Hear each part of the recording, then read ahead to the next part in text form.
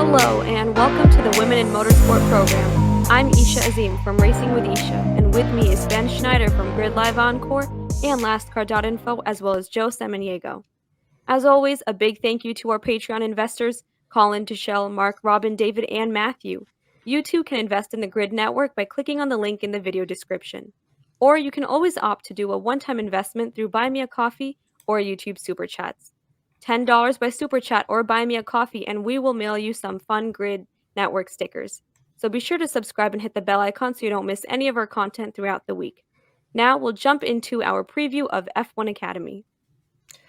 Yes, the 2024 F1 Academy season opening race weekend is approaching us. We're very excited. And so are the 15 drivers going for the championship, super points on the line, scholarship opportunities to move up the Formula ladder. Maybe someday we'll see the first female F1 driver in a long time. And of course, one of the teams that have to be talked about is Prima, because listen to their driver lineup. They have Dorian Pin. She is representing Mercedes. She has to be one of the favorites entering this weekend. One of her teammates, though, Maya Woog from Ferrari. She is part of the Ferrari F1 Driver Academy. She got that seat through the FIA Women in Motorsports initiative, the two of them, plus Tina Hosman from Aston Martin, who has Jessica Hawkins as a mentor. This is a very stacked team of drivers for Prima. Now, I got to ask you, Isha, Prima, a lot of folks know them from the Formula Feeder Series, F2, F3, and essentially everyone's going to have the same equipment from the team. How interesting will this be to see these three racing against each other with essentially that equal equipment? You know, it's always very interesting to see drivers race in equal equipment because that's when you can get the best idea of how skilled they are as drivers and how they compare to each other. When you're driving, there are a lot of different factors that come into play and can affect your results. It's the driver's backgrounds, their skill set, even the level of sponsorship they have, as well as the car. But then when you have equal equipment, that really levels out the playing field to some extent. Now, there is the possibility that the equipment type could suit one of the drivers more than the other two, but I think this is going to be very interesting because it's going to bring out more comparisons in the skill sets of the drivers, their attitudes, their abilities, and their overall driving. Yeah, it's a very interesting dynamic here because we have all of these drivers who are being supported by the top Formula One teams, all 10 of them opting into this partnership here. And you have three drivers on the same team, one backed by Aston Martin, one backed by Mercedes, and one backed by Ferrari. And you wouldn't normally think of Mercedes and Ferrari as being on the same team here, but in this case, they certainly will be. But Dorian Pin in particular, I mean, we've talked about her a lot on this show, and justifiably so, given her results in her young career already. I'm very interested to see how she's going to do, but also how her teammates will stack up. I know that we've got some of our viewers who think that the championship's just going to be a Max Verstappen style runaway, and that she's absolutely going to dominate. But I think again, we need to wait and at least get through this weekend here and see how everybody stacks up before we start making such projections here. But I think absolutely, if you're looking for a favorite, you're going to find it within the Prema team and Dorian Pin in particular. Dorian Pin, I'm really curious to see how Maya will do. She has been in the Ferrari Driver Academy program for quite some time. And at Aston Martin, Jessica Hawkins, I think she could be a really great mentor. It's going to be really fascinating to see what the three of them will do. Now, being on Grid Encore, you had Josh there. He talked about Formula 3, their opening race weekend. And 2023, essentially, Prima, they finished behind ARC Motorsport. Now, ARC Motorsport has Aurelia Noble, Bianca Bustamante, who's representing McLaren, and Leah Block from Williams, and one of two Americans on the grid, the other American on the grid, Chloe Chambers with Haas, and she's with Campos Racing. Now, Chloe has been to the W Series, done open wheel racing. Leah is pretty new to this. This is going to be one of her first times on such a big stage doing open wheel Formula feeder racing. Got to ask you, what kind of expectations should we be expecting from both American drivers? Well, I think Leah Block's going to be a big wild card because, again, like you mentioned, Joe, she is relatively new to this style of racing, although she has gotten some races in Formula 4 cars, I believe, this winter, racing against Bianca Bustamante as well, and Dorian Pin, I think, was a part of that. I can't remember exactly what's her. I think it might have been the UAE F4 regional series that they've been doing and gotten a couple races under their belts to prepare for this. So it's not like she's going into this totally blind. And of course, she'll have some practice and testing to get used to the car. They have the actual races. Chloe Chambers, I think, is another interesting one. Obviously, viewers of the W Series will remember her from being teammates with Jamie Chadwick and Jenner Racing for the last season of that series' existence. She did pick up 1 point in the second Miami round, her home race. So it's going to be interesting to see how she performs as well. But again, I don't know that she's necessarily your championship favorite, given her W Series results. But I do think, given that those were a couple of years ago, you would hope to see a modest step forward for Chloe Chambers, and certainly fighting for points and maybe even a couple of podiums here or there by the time we get into the heart of the season.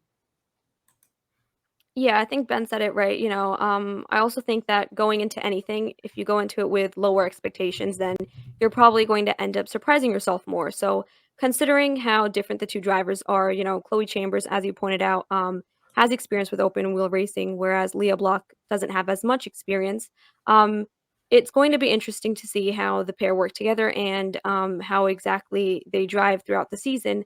But I think that if we go into this with more of an open mind and lower expectations, we're going to be able to surprise ourselves and see better outcomes. It's going to be really interesting. I totally forgot about Chloe Chambers having that top 10 finish in the second Miami race. Miami is on the schedule this year, so it's going to be really interesting to see what happens. The other team a lot of folks are focusing on, MP Motorsports. They have all three Red Bull drivers. Emily Duhas, the Alcabasi sisters.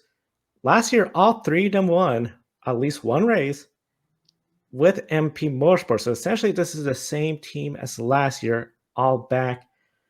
I have to ask you, when it comes to this, could they have the upper hand to have the same car, essentially, same team, but some new different tracks?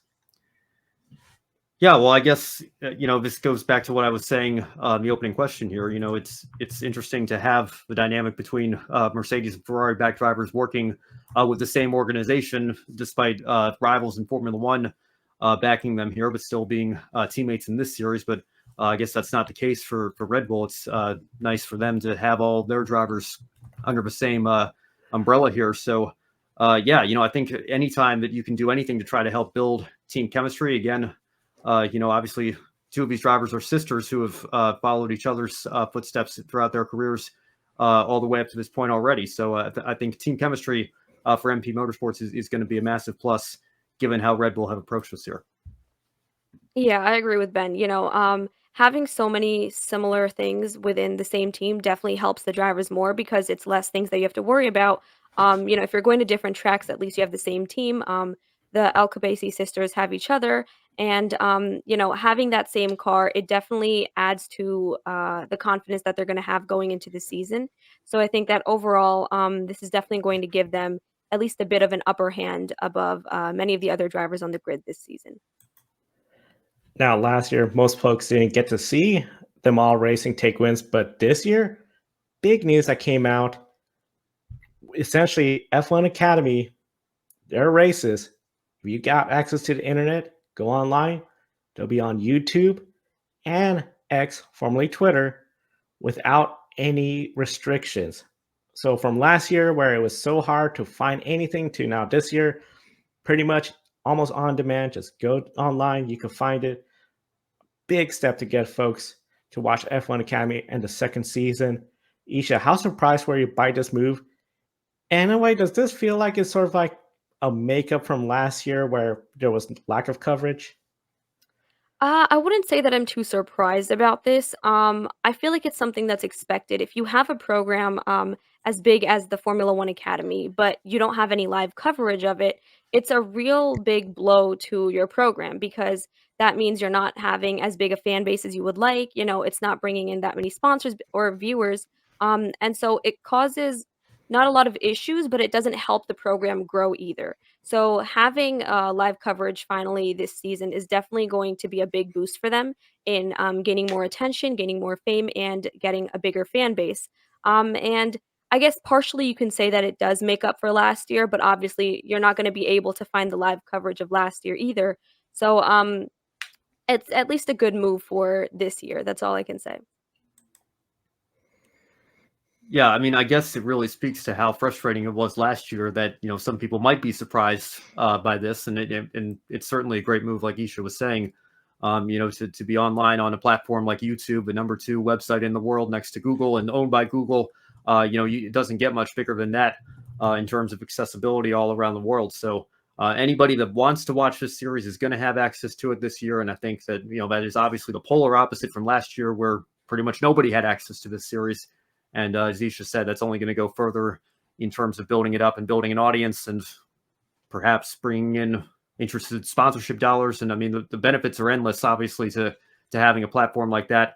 And again, it's 2024. We should have had this in 2023 last year. There was absolutely no excuse, but the past, we can't change that. We can only change what the case is going to be going forward. And this is great to see. Very exciting to see. Looking forward to this new season. Of course, that's all going to start on March 8th, tomorrow. Then the second race on March 9th. We will recap the weekend right here on the show. And Rima Jafali from Saudi Arabia, she is the wild card entry. She's going to be in the field. Very excited to see how she's going to do in her home country. Now we got to recap last weekend's race for Hailie Deegan in Las Vegas. That's right, Joe. Taking a look at Hailie Deegan now, Las Vegas Motor Speedway hosted all 3 national series. Ben, you recapped the Truck and Xfinity Series on Grid Encore. Hailie Deegan was in the Xfinity field and finished in 15th, 1 lap down. Only 13 drivers finished on the lead lap. So, Ben, how did she manage her race, and did the team show potential? The team was about right where I expect AM Racing to be. I think that this was a weekend that Hailie Deegan needed. She titled her race vlog on YouTube this weekend something to build on, and she certainly needed a nice clean run like this. Now, as I said on last week's show, I think it helped going back to the track where she made her debut in the fall of 2022 in the series and finished 13th. You mentioned there were 13 cars in the lead lap, so not quite as strong of a performance as she had on her debut, but basically in the same ballpark. I think this was a very solid result for her. And again, it'll be interesting, and we'll get into Phoenix here in just a moment to see how well she's going to be able to build on this, because again, it was not the greatest start to the season for her with some incidents that she got caught up in. But to have a nice clean race where she ran almost all the laps, finishing just 1 lap down and gaining that valuable experience in this series and with these cars, I think she managed the race very well, and it's only going to benefit her going forward. Definitely. And last week she was 34th in points. This week she is now 27th, 4th out of the 5 rookies. Only Jesse Love has finished all 3 races in the top 20. Shane Van Gisbergen, 2 top 20s and a 35th place finish. Leland Honeyman only had 1 finish in the top 20. And Dawson Cram, no finish of 30th or better. So, Ben, how plausible are her chances at Rookie of the Year, especially if consistency is not on the rookie side? I would be very pleasantly shocked if Deegan can beat Jesse Love and Shane Van Gisbergen for Rookie of the Year. I think a good goal for her would be outrun Leland Honeyman and Dawson Cram. I think that would be more appropriate competition for her. Jesse Love's driving an RCR car. He sat on the pole for his first 2 Xfinity races, probably should have won the second at Atlanta. Even his teammate Austin Hill, who ended up winning the race, basically said that Jesse should be giving this interview right now because he should have won the race with how dominant he was. And then you have Shane Van Gisbergen, who, again, we're all expecting to win at least one, probably multiple of the road courses this year. He's got a very strong team behind him in Collie. He finished 3rd in just his second Xfinity start ever at Atlanta. So he's going to be very, very strong. I think Deegan, again, if she can run with them, then that's great. But I think a more realistic, plausible goal and expectation would be make sure she's 3rd in the standings here. Again, with the current playoff system and points and everything, she could go out and work for draft right and win Talladega. Maybe Jesse Love goes winless. Even then, I would still expect him to at least make the playoffs on points. But, we joked after Austin Cindric won the Daytona 500 a couple years ago, but that was the Rookie of the Year race wrapped up because he was the only rookie that ended up making the playoffs, and that sealed the deal for him. So you just never know what's going to happen. But again, I think your Rookie of the Year battle is really going to be between Jesse Love and Shane Van Gisbergen. If Deegan can outrun Honeyman and Cram, I think that's more her competition at this point in her rookie season here. That's true, Ben. You're never going to know what's going to happen. But now heading into Phoenix, Deegan and 38 others enter the race weekend, so there are a total of 39 on the entry list. Her best finish at the track in the Truck Series was 15th last fall, with 2 total finishes in the top 20. So, Joe and Ben, is this a great opportunity for Hailie to build momentum after Vegas? I see it as a great opportunity for Hailie to build more momentum. One of the big things with this track is more of a driver's track, I feel. You're going to be entering that first corner, long sweeping corner, which is odd. It's after the dog leg, so it's the old turns 3 and 4. I sometimes lose track of the numbers. But that one, if you could get a good momentum on the old front stretch, you're going to get a nice run, try to get it inside the competition. But that's where it gets tricky because the old turns 1 and 2, now the final corners heading to the front straightaway, the car's going to be a little bit harder to handle. You might get loose entry, tied off, work your way towards the wall. Hailie Deegan has some experience in this track. I feel if she could really get a hang of the car, get adjusted right, and stay out of trouble, I anticipate another top 15 day, to be honest. The big thing, though, is making sure she gets that car set to her liking so that way she could run towards the front, get away from the back of the field where some of the craziness, the chaos occurs. And with this track, I think we've talked about it a couple times, Ben. Overtime does become a factor of this track. So I think she has a lot to work against her, but at the same time, there's a lot going her way where I think if she could get the car set up right, she could be in the top 15. Well, this is an argument that I think people use to defend her moving up to Xfinity despite the lackluster results in trucks over the 3 years that she was there. You only have to go back to the fall race last year, the championship race last year, and the absolute chaos that overtimes periods were to talk about where the series is right now in terms of maybe not being the best place for young drivers to make sure that they're running all the laps and racing against quality opponents here. The Truck Series has not shown that over the last couple of seasons as much as the Xfinity Series has. And so I would hope that it doesn't fall into all that chaos that we saw the last time Deegan was at this track in that finale last year. So I think that this, on that alone, you would hope that she could stay out of trouble and, again, run all the laps and gain experience and build on the strong run that she had last weekend in Las Vegas and only continue to get stronger from here. Definitely. And now the ARCA Menard Series will kick off the weekend Friday evening, General Tire 150. We have 4 women participating in the field, and that includes Amber Balkane, Tony Bradinger, Isabella Robusto, and Danica Dart. Now, Dart is the youngest driver doing ARCA West. This is a combination race, so ARCA and ARCA West. So we have 43 teams trying to qualify for 40 positions. Ben and Joe, is Danica at risk of not making the field? What do you guys think? Well, I think if you're looking for a clickbait headline this weekend, throw Danica makes ARCA West debut up there. I think you might get some clicks on that title. It's crazy to me how how young some of these drivers are, and I think Danica was actually named after Danica Patrick, born in 2008, and I guess you do the math, it works out right. 2024, 16 years ago. That's kind of crazy to me, but that's what this series is in many respects. It's a proving ground for these young drivers to get opportunities like this, and Danica Dart's going to have that opportunity all season. But again, there is the worry with the 43 cars on the entry list this weekend that she may have to wait a race before she makes her debut if she is unable to qualify. Now, given where her car is in the owner's points here, and I want to thank Time Card 100 at NASCAR Catholic on X/Twitter for putting this chart together, it looks like she's 42nd on the provisional list. So she absolutely has to qualify on time, and that's the problem that Shane Van Gisbergen initially ran into at Daytona just a few weeks ago. So it certainly is a possibility, but I'd imagine for a driver trying to make her debut, it's going to be a very intimidating process with a massive entry list. And by the way, all credit to ARCA. I think it says a lot about where the series is right now. We've been talking about how weak the car counts have been for the last several years. The second time this season through 2 races that we're going to have bumping, to borrow a term from the Indy 500, and a few drivers not being able to make the race. It's unfortunate for those 3, whoever it's going to be, but it's great for the health of the series that the car counts are back up. So that's only going to benefit everybody in the long run. Having said that, she does have to qualify in on time. I think she absolutely has the potential to do it with her Kennedy Motorsports team, but it is going to be an intimidating tall order, trying to make your debut and knowing that you have to qualify on speed.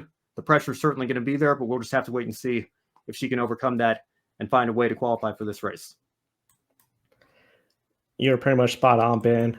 Not a whole lot to add here, but big thing is this. Making your debut, you got to qualify in.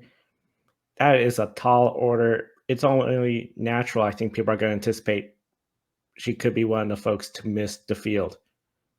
But depending on what happens when they get that car unloaded, if it's just set up right, she gets the vehicle dialed in really quickly.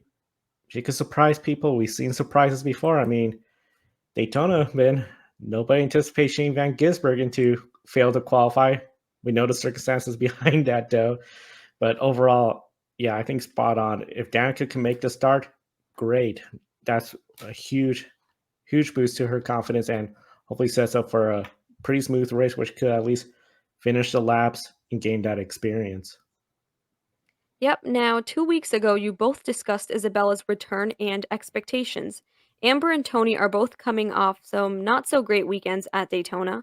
Amber salvaged a ninth place finish and is ninth in the points, while Tony is 37th in the point standings. She was out after the big one early in Daytona.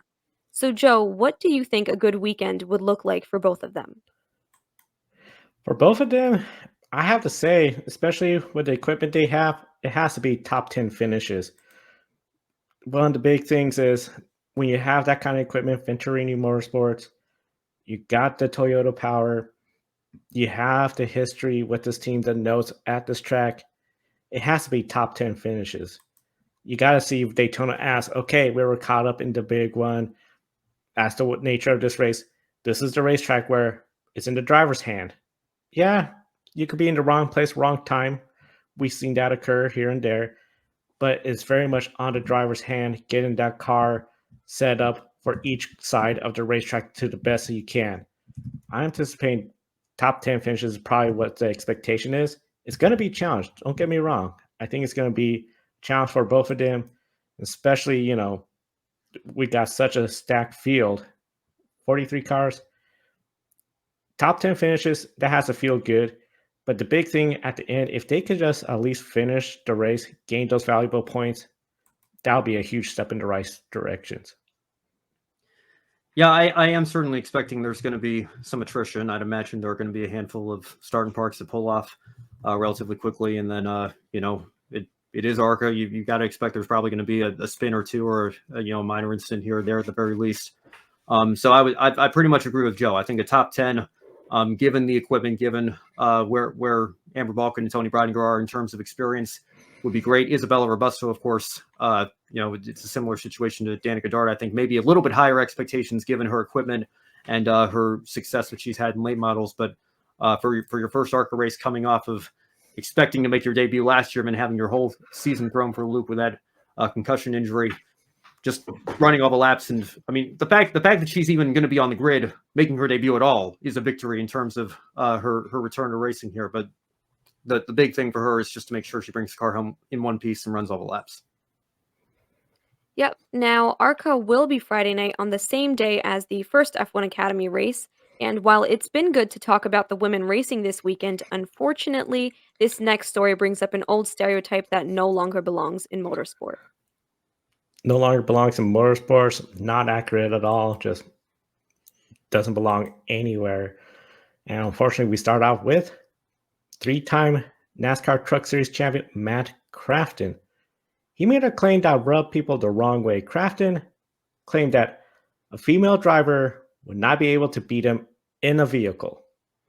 Now, Isha, Ben, we know motorsports has been a male-dominated sport. And there is a stereotype that is not reflective of all, very inaccurate. And at the same time, I gotta say, it is. But to you all, too, how frustrating is it to not only hear one person that races, but a three-time champion, potential Hall of Famer maybe to some folks, say such an ignorant, baseless comment? Yeah, well, Joe, you've said it. It's quite frustrating, especially as a female. It's very, very frustrating, to hear it not from just any young, regular, like, driver who's just starting out, them you can always give the benefit of the doubt. But when it's a driver like Crafton, who's a 3-time champion, all the things you mentioned about him, it's a really big blow, not only to the female drivers who are already in motorsports, but to any young girls that are looking to come in. It makes it seem like a very negative and a very closed off space. And motorsports is, something that has been male dominated for quite some time, since the beginning of it. And comments like these not only negatively impact the young girls who are trying to come into motorsports, but it also gives other people who are in motorsports the chance to speak out more negatively. Or to, get on the same bandwagon as Crafton and to start saying similar comments towards women. So I think it's a very, very negative and frustrating comment to make from him. And, in my mind, if I compare it to somebody who's also like a world champion, if we look at Formula One, right, it's like Max Verstappen telling the girls in the F1 Academy to that basically what they're doing is not worth it because they won't be able to beat him ever. Like, it's a very, very negative comment. And I think a lot of times when people say such things, they really don't understand the impact that it has on female drivers and young girls who are looking to get into motorsports. So overall, it's very disappointing to see that people are still making comments like this in motorsports.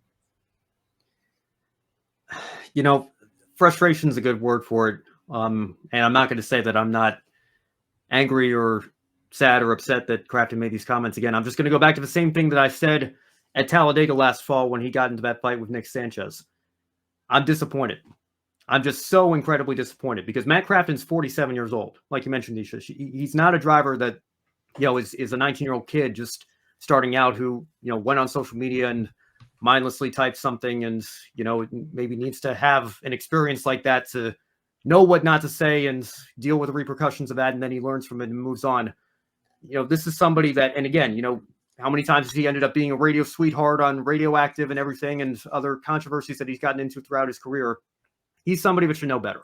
He's somebody that doesn't have the ability really to play the benefit of a doubt card. Now, I know he got on Twitter. I know he apologized, said it was just unjust. And, he's a girl dad. And I know that the girls can get the job done.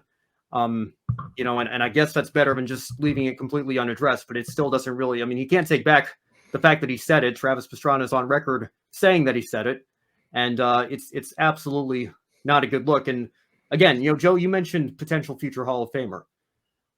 I still will go on about this because we don't talk often enough about what Matt Crafton has done in the Truck Series throughout his career. Not only is he a 3-time champion, he has not missed a race since the 2000 season finale. There are drivers in the field that literally have not, they weren't alive the last time Crafton missed a Truck Series race. And if you want to put that into perspective, the longest tenured driver in Cup now that Kevin Harvick's retired, racing full-time in top equipment at the very least, is Kyle Busch, who ran his rookie year in Cup in 2005. So this record that Crafton has set and continues to set, because it's an ongoing record, he'll continue to add to it as the season goes on here. I think it's as untouchable as Jeff Gordon's in Cup in terms of the consecutive start streak. I don't know if we're ever going to see anybody, especially considering that this is a series where typically young drivers are using it as a stepping stone to move up the ladder, or older veterans are coming back to the series after a Cup experience doesn't work out. It's very unlikely that you're going to see somebody have a quarter century, literally long career in this series like Crafton has ever again. And as far as I'm concerned, his resume still speaks future Hall of Famer potential. But comments like this, it just, again, the only word that I can continue to come back to is just disappointment, because for somebody who could be such a great spokesman for the sport and for the Truck Series in particular to get caught up in something like this again, just a few months after the whole Nick Sanchez deal at Talladega, it is incredibly, incredibly disappointing to see. Incredibly disappointing. As you mentioned, Travis Pastrana called him out.